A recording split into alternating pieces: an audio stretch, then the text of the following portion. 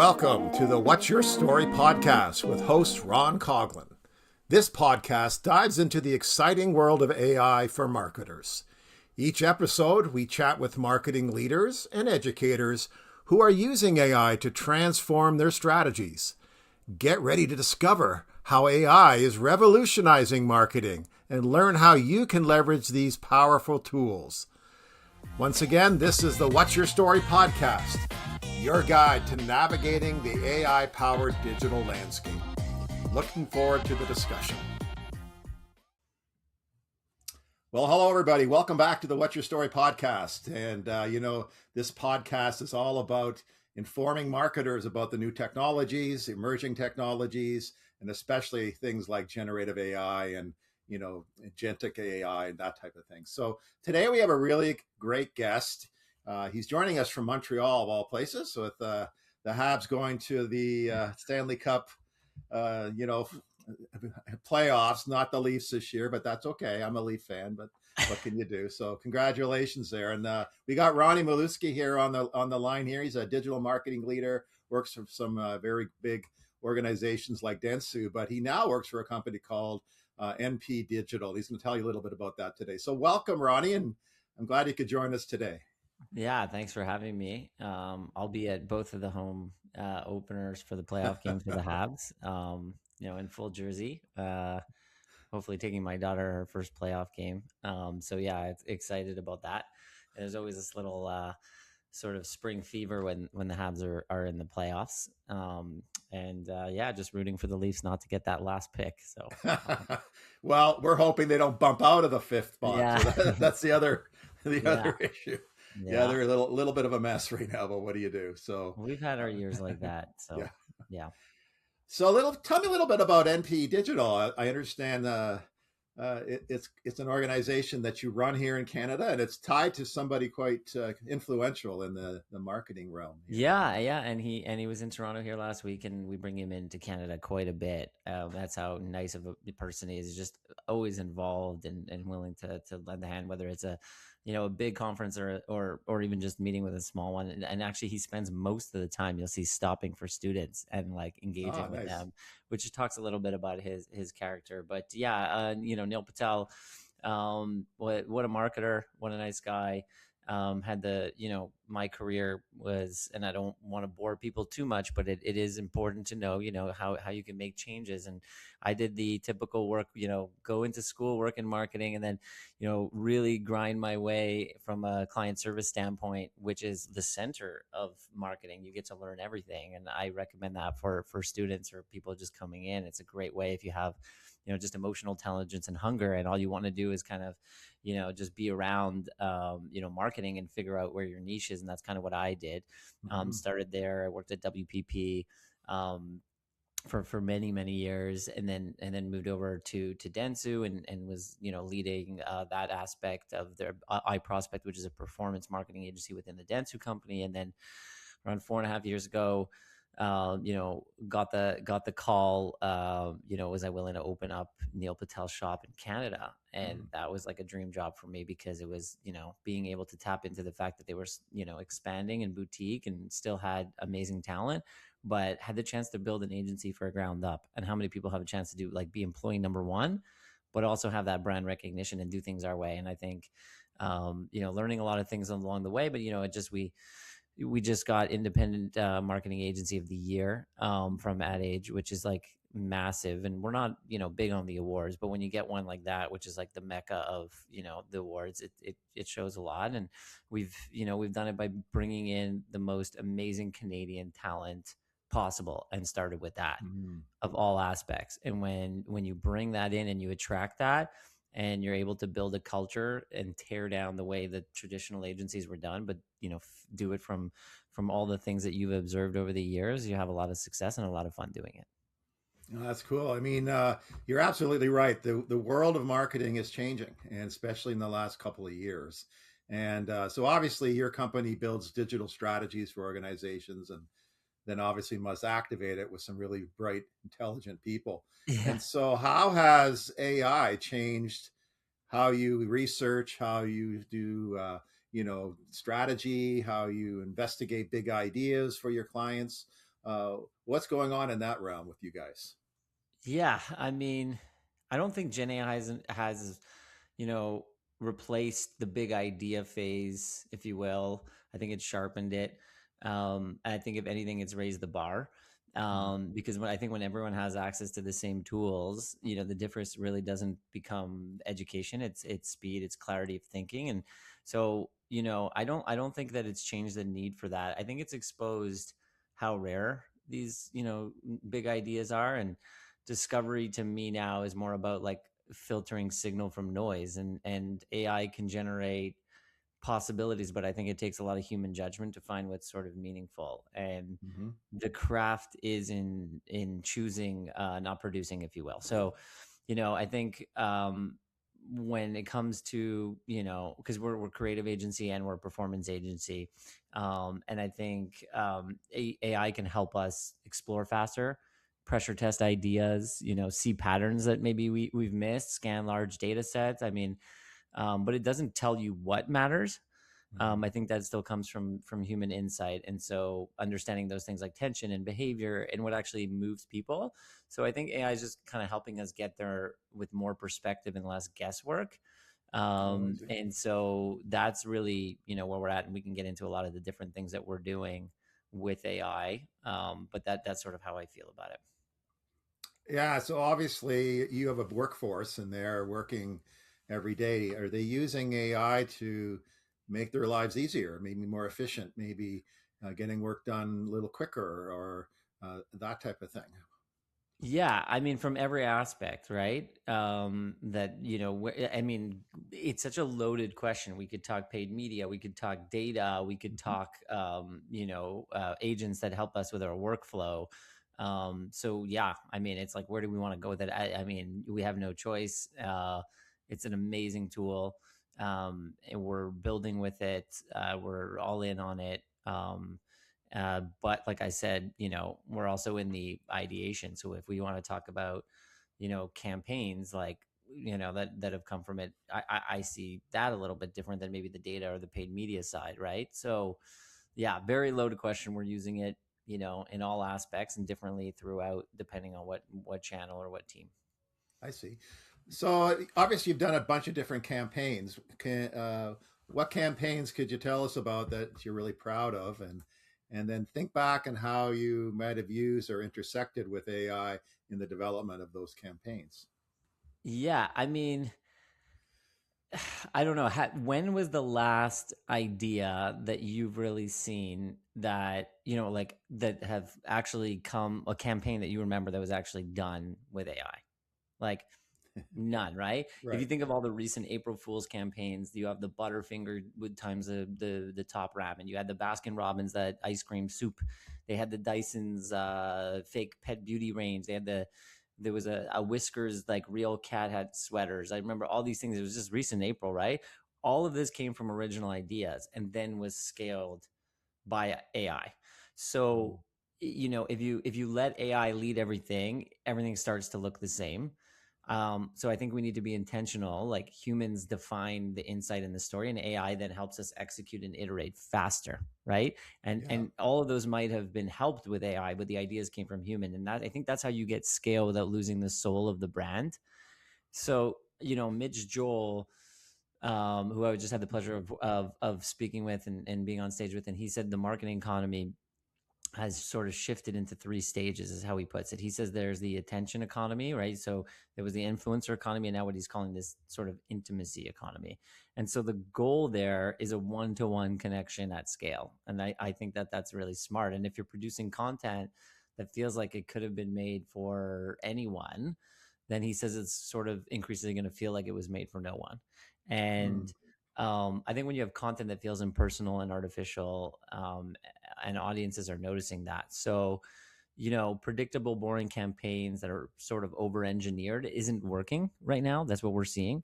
What is working is these surprising moments of improvisation that sort of like shake up our feeds. That I think more and more audiences we're seeing are craving these moments of like collaboration, of human connection, of participation, if you will. And so we're seeing things like, not necessarily giving examples that I've noticed are these guerrilla marketing, like, Bob's Smoke Break gained huge traction, both on and offline. Or when, what was it, Timothy Chalamet, he sent Susan Boyle a Marty Supreme jacket. Or if you think about, like, even last year, like Mint Mobile, they brought in Tilly Norwood, the real Tilly Norwood, who Tilly Norwood was an AI. So I think these campaigns that have something in common, they take sort of a step back from the curated content calendar, right? That AI is able to do, which could work as a content engine, but sort of think instead about responding to or creating to cultural moments. And so I think it's just finding a balance between both. And I think finding the real data point to give to our creative teams to is where we use AI. Then they come up with the idea, and then we can execute faster. So if you think about it, it's ingrained in everything. But Mm-hmm. again, going back to that question, like, when was the last time you remembered a campaign? And if you believe in Byron Sharp, which is physical mental availability all the time, being in front of your clients so they remember you, I don't know that's done with AI generated stuff. So again, it's side by side and ingrained in for me. But if you're not like finding those cultural moments to break through, I think you're just adding to more noise. Sure, that makes a lot of sense. But with a lot of these digital campaigns, we're getting a lot of data, and some of our other guests have said, really that using AI helps them focus on certain aspects of where to target. So, how are you guys using the data and AI to really be more precise with your campaigns and more targeted? Yeah, I see that big value in that, right? As I was talking Yeah. about campaigns and creativity, I'm not a skeptic. We're using it all the time. I Mm-hmm. think the real value of AI is turning that data into direction. Mm-hmm. Not necessarily just the insight. The insights are popping out all over the place, and I think most companies aren't lacking data; they're lacking clarity on what to do with it. So we use AI to sort of identify patterns at scale, and whether that's behaviors or segments or signals, and then sort of translate that into this creative direction. Um, so not necessarily, always personalized one-to-one content at scale, but like sort of informed creative that actually reflects how I think and behave. And so I think it means like things like media mix modeling in practice was so hard to do before, right? And for some of the viewers that don't understand, that's taking, what is the media mix that you have, whether you're doing TV, you're doing, CTV, connected TV, YouTube, TikTok, all these channels, and putting it in Blender. And obviously we have a big attribution problem, right? And just really modeling what that looks like and the incrementality gain of that, so you can really understand the true impact. So much easier to do with AI. Used to cost hundreds of thousands of dollars. Forecasting, you could do it like this, put everything in, you could forecast, hey, if we spend X more, what do we yield, what's our law of diminishing returns. And I think running scenario planning as an example, making iterations of a media plan. I mean, we built, one of our teammates out of Canada built this tool called mediaplan.ca that he vibe coded, and we can pull in media plans and all our vendors into one tool. And then everything is there and stored. So I think the real link is that we can use also synthetic data and polling data and web scraping data really quickly. That Mm-hmm. feeds again into the creative team, and it not only sparks them, but it sort of validates the idea from conceptual grounded work into facts. And I think ultimately, Ron, the key is bridging the two worlds, like letting data guide the what and the why, and then keeping humans responsible for like how it shows up. And that's where that we're seeing that the data is the best place to use it. And there's also the downside, which is just this data overload, that's happening as well, and people dumping all their data into AI and expecting some, without even really understanding what kind of insight they want to find or what direction they want to go, or skewing it to what their bias already is, right? Right. And that's a big Absolutely. one Yes. too, right? Just to prove their point or keep their job. We see that too. So Now, if you were a young digital marketer looking to get into the business, what type of tools would you suggest they learn in terms of all these different? Because there's so many different tools today. What are the ones that you would have them focus on? Do you think? Uh, yeah. I mean, I can speak to like who we hire in Hmm. that, and It's hard to say one way or the other, because I do believe that there's no one answer. You have to be 1% more curious than scared.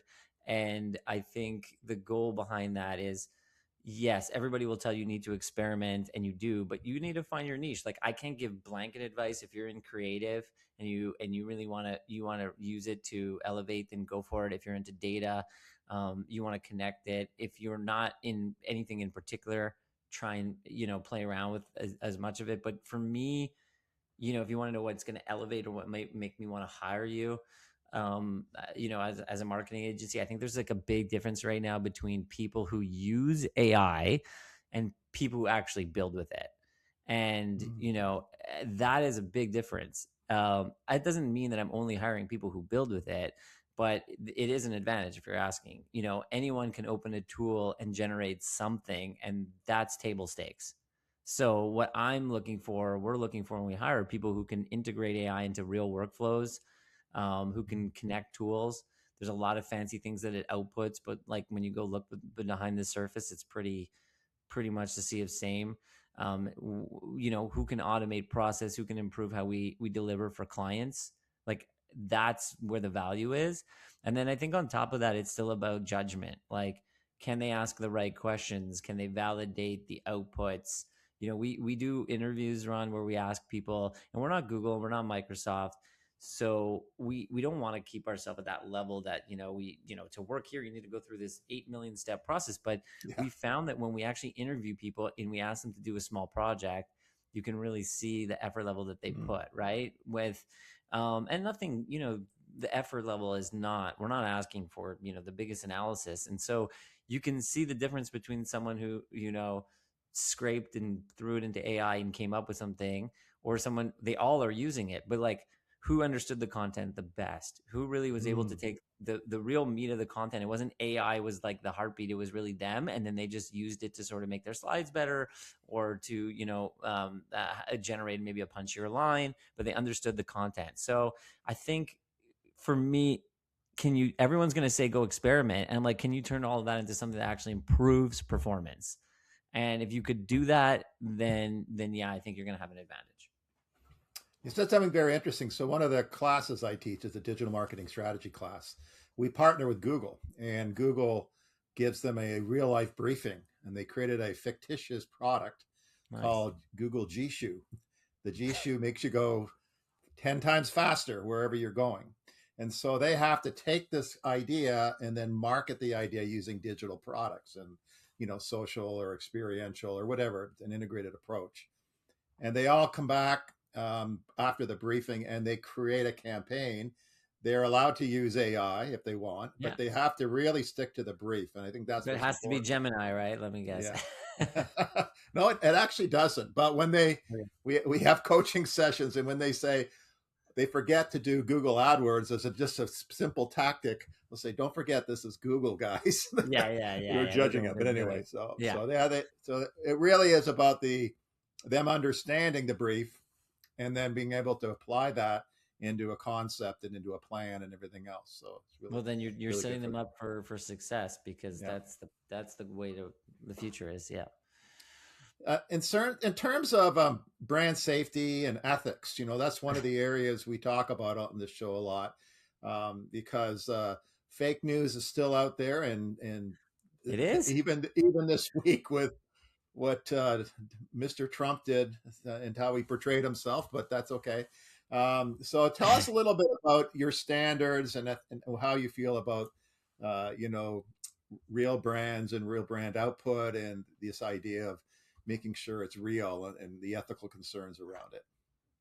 Oh yeah, we see a video out there, and the narrative in the mainstream media could just completely flip what that is. And yeah, it's pretty scary times. Again, safety and ethics, so many subsets of that, from governance to, data breaching to malicious actors to fake content. So I think it's a big one. I can talk a little bit about maybe something a bit lighter, Mhm. which is like maybe the hallucinations or off-brand content, things like that, as we're talking about marketing. Because I mean, from a governance standpoint, that's very, very big topic. And there's I have a like a move fast, break things, forget later, but that's a whole new level with AI, right? Yeah. And the risks are real. And I think what was interesting, and that's topical, is Neil, who was on stage for a conference that we did. We put on our own conference, talk about branding and how we're going to build the community for our agency. We Right. also we do the same thing for us, right? So what's the Yeah. best ways to get out there and actually speak to marketers and CMOs, and not just be out there talking about it all the time? And so we put on these conferences where we invite these leaders to talk, and we hear from the president of MasterCard, the CMO of IKEA, all different verticals, and just trying to understand what they're going through. And we have conversations, and I think that's the best way to do it, because we're actually grounding it in Canadian companies and what they're going through. Think about a MasterCard, or think about these companies, what they have to think about and where things are going. And so Neil, he talked a little bit about this on stage in Toronto, and he's kind of stuck with me, so it's timely. He said something like, I don't want to butcher it, but how easy it is now for brands to sort of break trust, and how, Mm. because with AI you can go off tone at scale without realizing it. And Yeah. so I think the first thing that we do here on that is to try and codify the brand, the tone, the language, the positioning, what you say, what you don't say, taking all the content from their site and saying, what is my tone? And sort of document and feed that into the system. And if you sort of define it, AI will fill in those gaps for you, right? And then Mhm. from there, we build guardrails in sort of three layers, or maybe two, three: inputs, controls, and then the feedback loop, right? So, clean data going in, human checkpoints before anything goes out, and sort of that consistent refinement. And so we've seen, on like examples when you don't, like McDonald's, I'm sure you've seen that they pulled the AI generated holiday campaign because it was just felt off, right? And it was great, it was well done, but it didn't match the emotion people expect from the brand. And I think that's the risk. And it's even higher if you're giving financial advice that's inaccurate or wrong. AI doesn't understand your brand, it's going to reflect what you give it. And Right. so if the system isn't tight, if you're not scaling your brand, you're sort of diluting it. And what we're seeing now are the two extremes. For me at least, I've got these large regulated organizations that we work with, whether it's an OEM or a bank in Canada, and we're all AI and it's replacing our jobs, but they don't have any governments in place yet because they're struggling. So the reaction is to restrict AI almost entirely. So it's almost laughable that we're talking about all these workflows and things, and what are they doing? They're just getting Copilot licenses with Teams or whatever, and then restricting data, letting them use it a bit, but they're starting to build their own subset of teams. I think they'll get there. I understand why, but there's just too much that can go wrong. On Mhm. the other side, I see SMBs, very small business owners that we work with too, that cut corners, that think they can replace creative with AI generated Yeah. assets, Yeah. that will let us go to write all AI generated content and think that that's going to work. Sometimes they do it well, sometimes they don't. And I think the reality is sort of in the middle. Like, it's not about limiting AI or over relying on it. It's sort of about putting the right structure around it so you can scale without losing your brand. And that's where I see it from like an ethics. And also a bigger one is, what governance do you have? Are you prepared? Like, have you looked at what a crisis management is going to be if it was the wrong thing? How do you so yeah, big one on the ethics side of thing. I'm just taking the more content angle. That's cool. I appreciate that. Well, thinking about the future and where this is all going, if you could put on your hat and think 5 years from now, where do you think this is going? Well, I mean, this is a storytelling podcast, right? Yeah. And what that aligns well with me. I think if anything, AI makes storytelling more important, right? And not less. And maybe that's the theme of today is, that I've said this before on podcasts, and I'm definitely not the owner of it, but it really stuck with me. I think AI can create Shrek 2 and 3, but not Shrek. And I think that maybe that will change with sort of AGI, upcoming when it can reason. So this could be dated quite quick. Again, I'd be careful with my AI statements. But for Yeah. now, when everyone has access to the same tools, the only really differentiator left is how you make people feel. And I think that's emotional intelligence. I think that's perspective, that's storytelling. So I always say, like, to my team, or if we're going to hire, a great idea isn't enough if you can't sell it. And so if someone can't convince me internally on what their idea or what they want to get through, how they're going to convince a client and or a customer. And I think that part doesn't get automated. I think I see a massive shift already in people just depending on AI and dumping everything in it. I catch myself doing it all the time. And you got to, AI can help you produce, it can help you iterate, it can even structure a story. It's getting scary good. And yes, you see all these posts on LinkedIn about people building, multi-million dollar businesses and comment for X for the whole, great, nice outliers. And it's good that people are building, and they should. Yeah.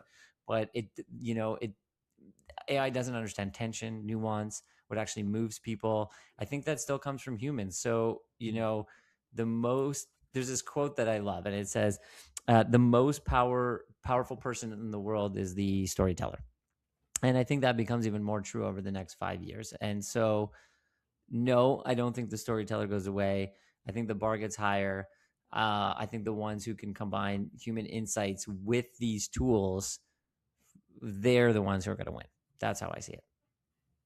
Yeah, that's a really good perspective. I liked your analogy there. It doesn't create Shrek. It actually will enhance Shrek and Yeah, it can evolve make two Shrek. and three, right? But not the Yeah, first one. Yeah. absolutely. Well, listen, I want to thank you today.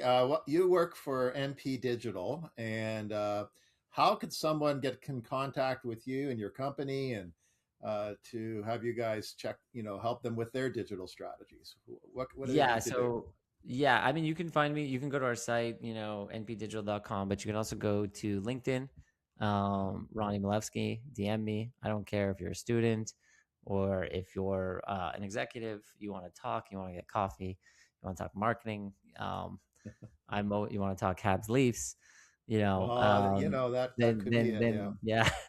then, yeah, then, hit me up, and I'll respond.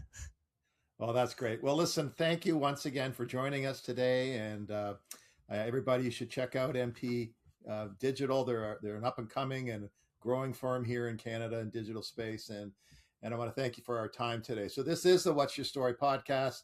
Don't forget to like, share, and download our podcast. And we're on Spotify, iTunes, and YouTube. And I look forward to the discussion in the future. Thanks again, Ronnie. We'll talk to you soon. Have a Thank you great so day. much for having me.